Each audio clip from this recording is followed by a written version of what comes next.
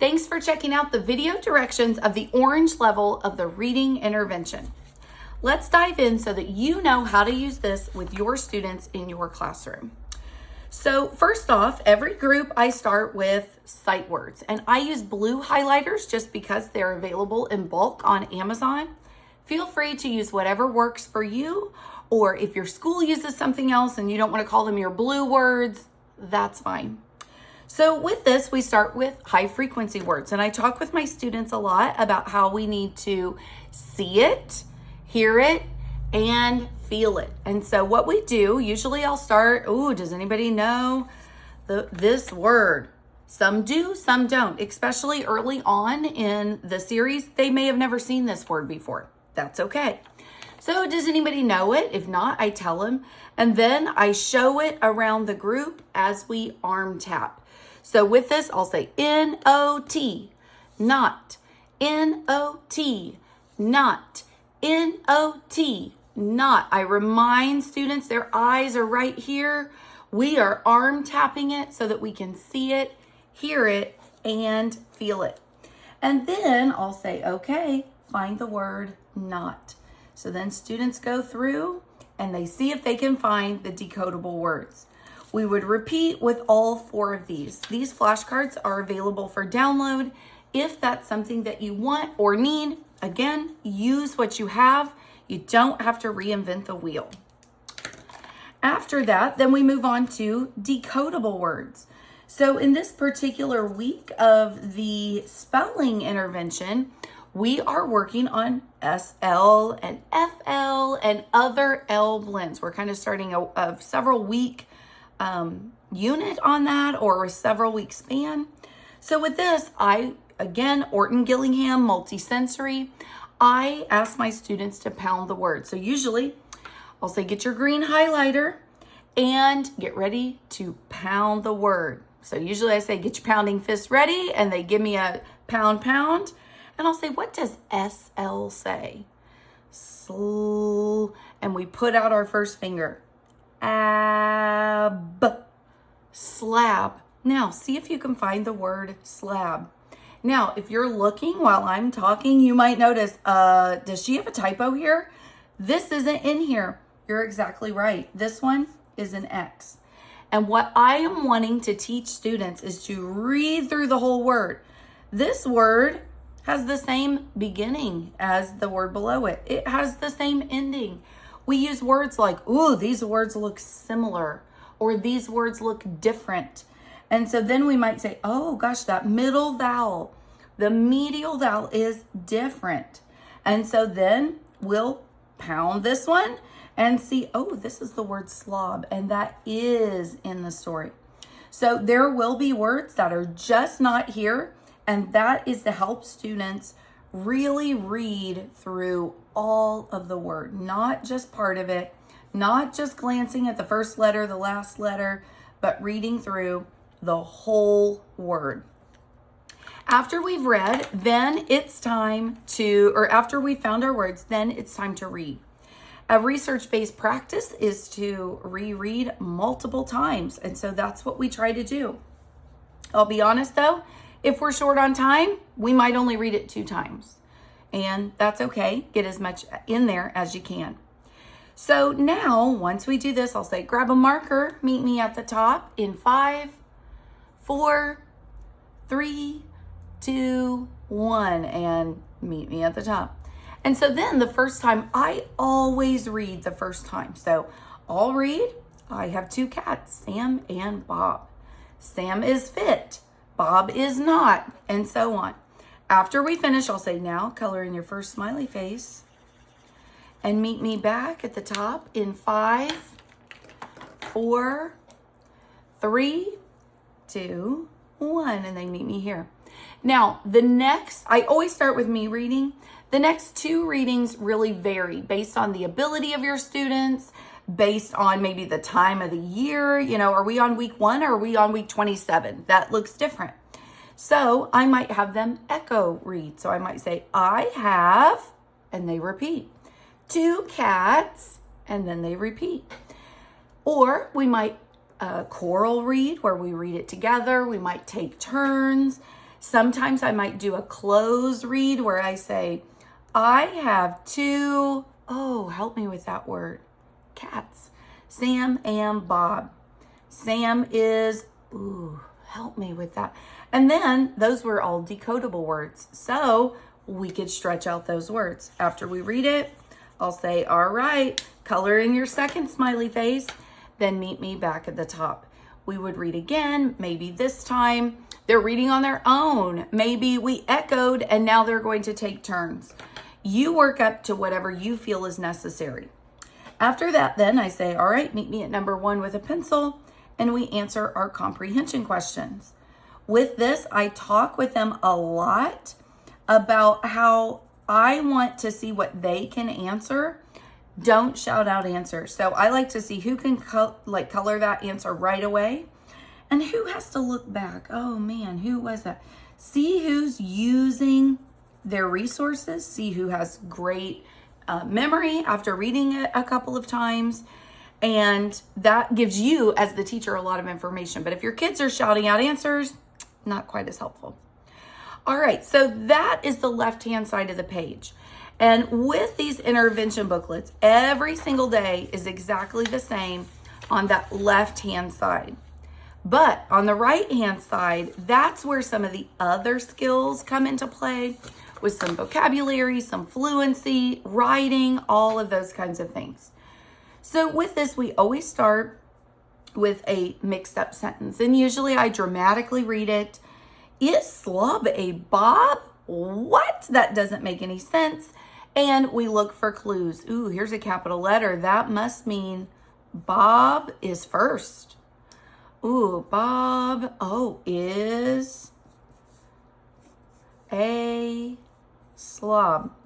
Most of the time, not always, it's somewhere over here. So again, can they use their resources?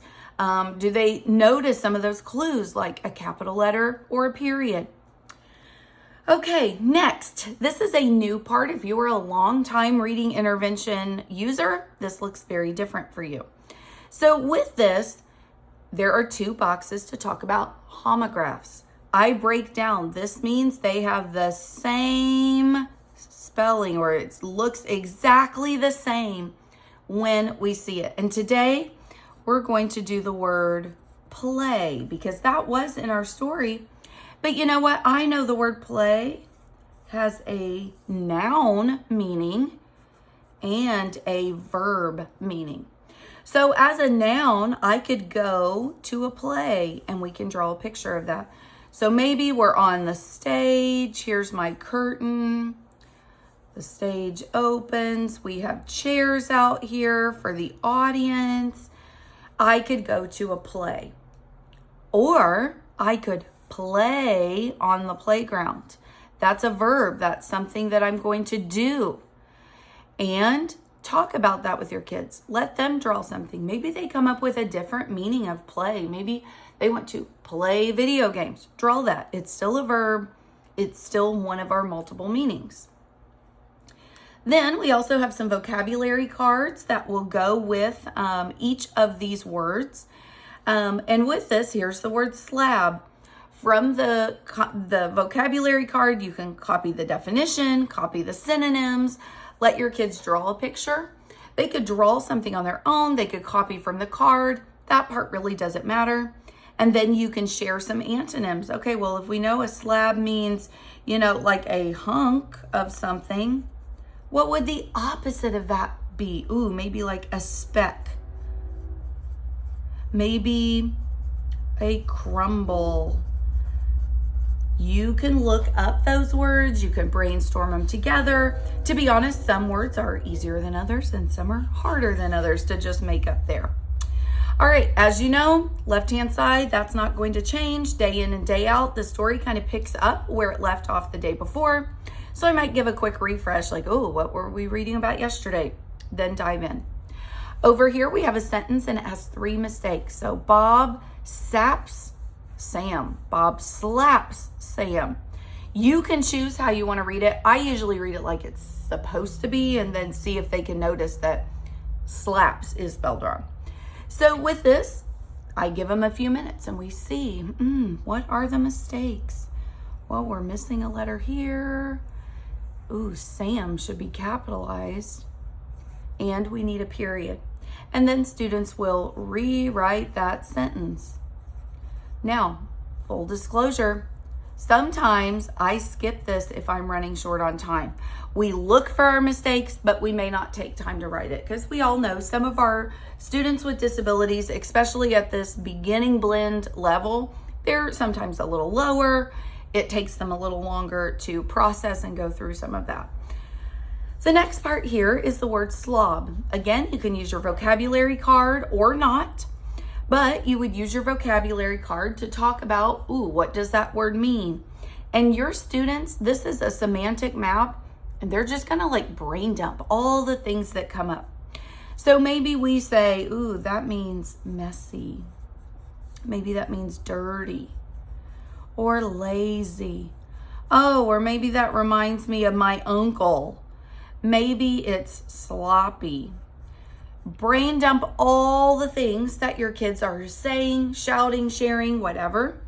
And then you can decide how much or how little you want them to write. Maybe they just write a word or two. Maybe you set a timer for 1 minute. How many words can you copy? That's up to you. The next part is working on word parts. So here we have a base word that's missing, and we're going to add the ending S to it. Your students can look at the text, that's totally fine. They can make up their own words, whatever works for you. But notice it's a verb and we need something that's in the present tense. So to me, we could do play. And if we add that S, plays. Oh, look here, there's one already there. Slap is what we could write here. S is the ending. Want, wants. Fit, fits. Like already has an S. We can still write it here. If you don't want to write it really big, you could also make a list. Like here we have play, plays. Like turns into likes. Want turns into wants. You again decide, maybe you as the teacher are writing them like this and your kids pick one word. Do what works for your students. My students right now, of course, we're at the beginning of the year as I'm recording this. My students are just writing one word, but I'm writing more than that so that they can pick whatever they want. And again, they can copy from here. All right, next up then, we have a short sentence and we are going to expand it. And so what I usually do is I get my Post-it notes, get a marker, and I say, okay, Bob eats. What words could we add to this? So maybe we want to add Bob eats a lot. Bob eats all the time. Maybe we want to add Bob eats junk food. Let your students brainstorm some things, and I just write it on a Post-it note and then ask my students to choose one. Expand their sentence. Ooh, I just thought of something else. Bob, the fat cat, eats a lot. They can choose as much or as little there as what makes sense and kind of is naturally able to be differentiated because you've provided some supports, but they get to choose what they're going to write. Next up then, we have fluency. This is something that we know research tells us. Fluent readers are often better comprehenders, and reading fluency is important. So what I do is usually set a timer. To be very honest, the timer varies based on the group. Sometimes it might be 30 seconds. Sometimes it might be 60 seconds, somewhere in between. You decide based on your students. Just be consistent with all 3 readings. Your students will read on their own.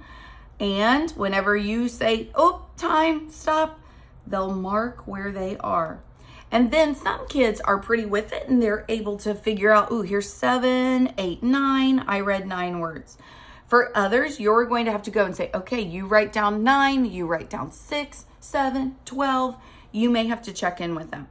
Also, the beginning of the year looks far different than later after they've done it many weeks in a row. Then you would repeat again, and then maybe, ooh, they can read 12, maybe then 13. I tell my students, I do not care what this one is. I care, are you growing?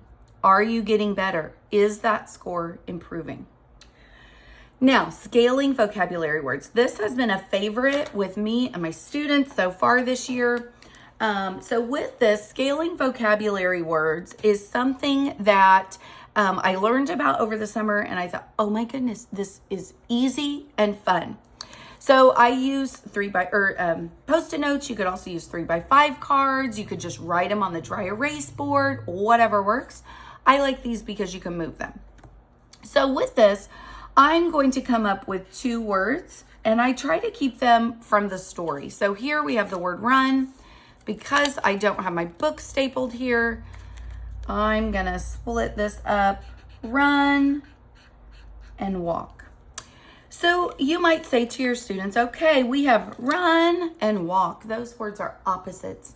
Give me some other words that are synonyms. Give me other words that mean something similar.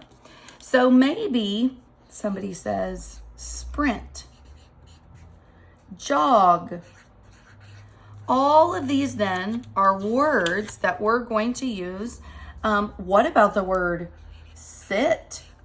I think almost this is going to be lower than the word walk. Crawl. To me, I think that is enough words. If your students give me more, go with it. If you have more time, go with it. Use a thesaurus if you want. Let them use that as a tool. And so then we are going to put these from one end of the spectrum to the other, the highest to the lowest.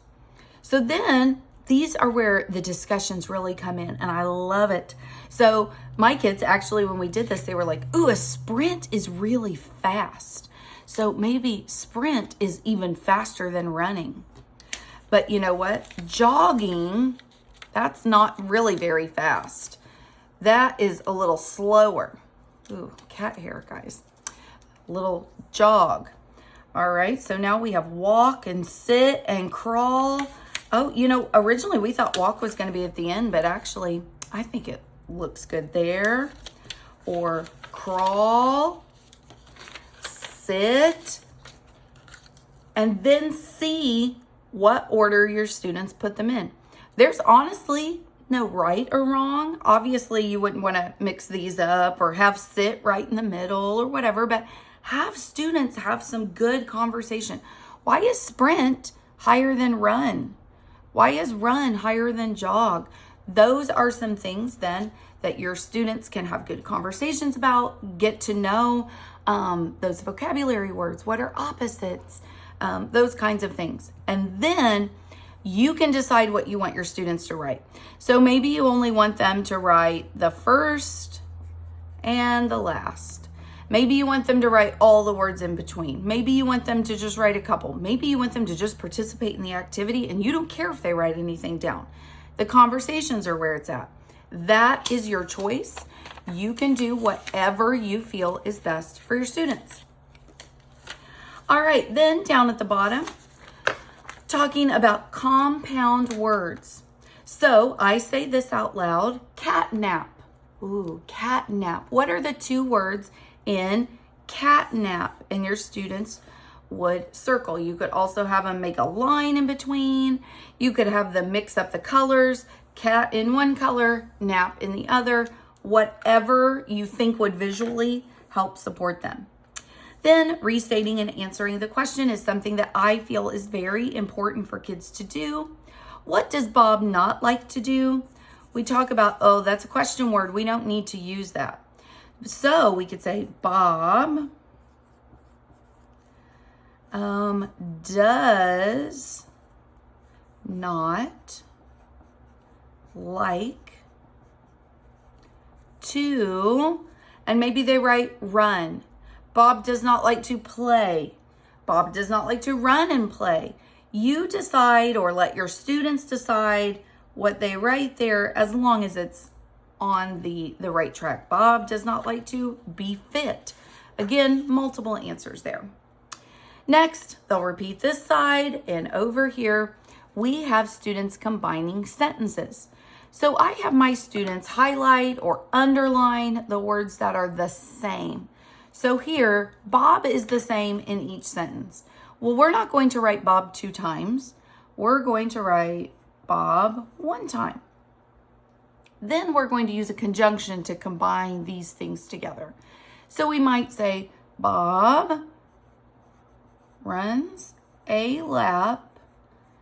And for me, I just have a poster that we write this on, and it has some of the conjunctions that we might need to use. So Bob runs a lap and eats ham. And done. Then we'll do fluency again, just like the day before. Set your timer, see how many times they get through it. Maybe even you don't have time for all 3 readings. Maybe you only do 1 or 2. Still, whatever time you can dedicate to fluency is helpful for your students.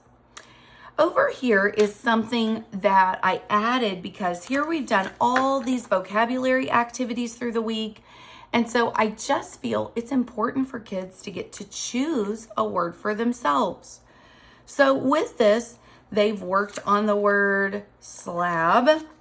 They've worked on the word slob. What other words might they want to look up, or what other words come up that they don't know? So they can flip through the whole book. If they stumble across a word on day 2, you could say, oh, let's jump to day 4 and write down the word fit, because that would make a really good vocabulary word. Let your students pick. You can decide, is the whole group going to do fit?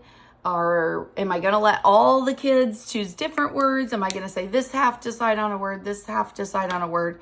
Use your best judgment. Then talk about the meanings. So for me, when I think of the word fit, I think of my husband. And you know what? He is an Olympic weightlifter. And so he has these big, heavy weights. And he's usually like grimacing as he's doing that. Ooh, I promise he doesn't look this scary when he lifts weights. But that is someone who is fit, who is in shape. Now, this was talking about somebody who's in shape, so I wouldn't let them draw something about like, will this book fit in my backpack? We're talking about being fit, being in shape.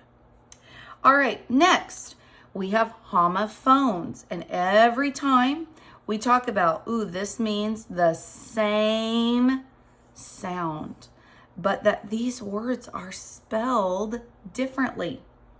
So let's think. Sometimes I look here at words in the story. I also have some word lists that I will include for homographs and homophones, so that if you aren't thinking on your toes or there truly isn't anything here, you can pull from a list. So for me, I see the word 8. So I know that we have the word 8, like I ate dinner, but I also know that there's a number 8, and they sound exactly the same, but they're spelled differently. And I think this is just a really great way for students to realize that, you know what, there are different versions of your. There are different versions of their. 8. Here's what we have. What do each of them mean? So here, my little stick person. Oop, gosh, those arms are way too wide there.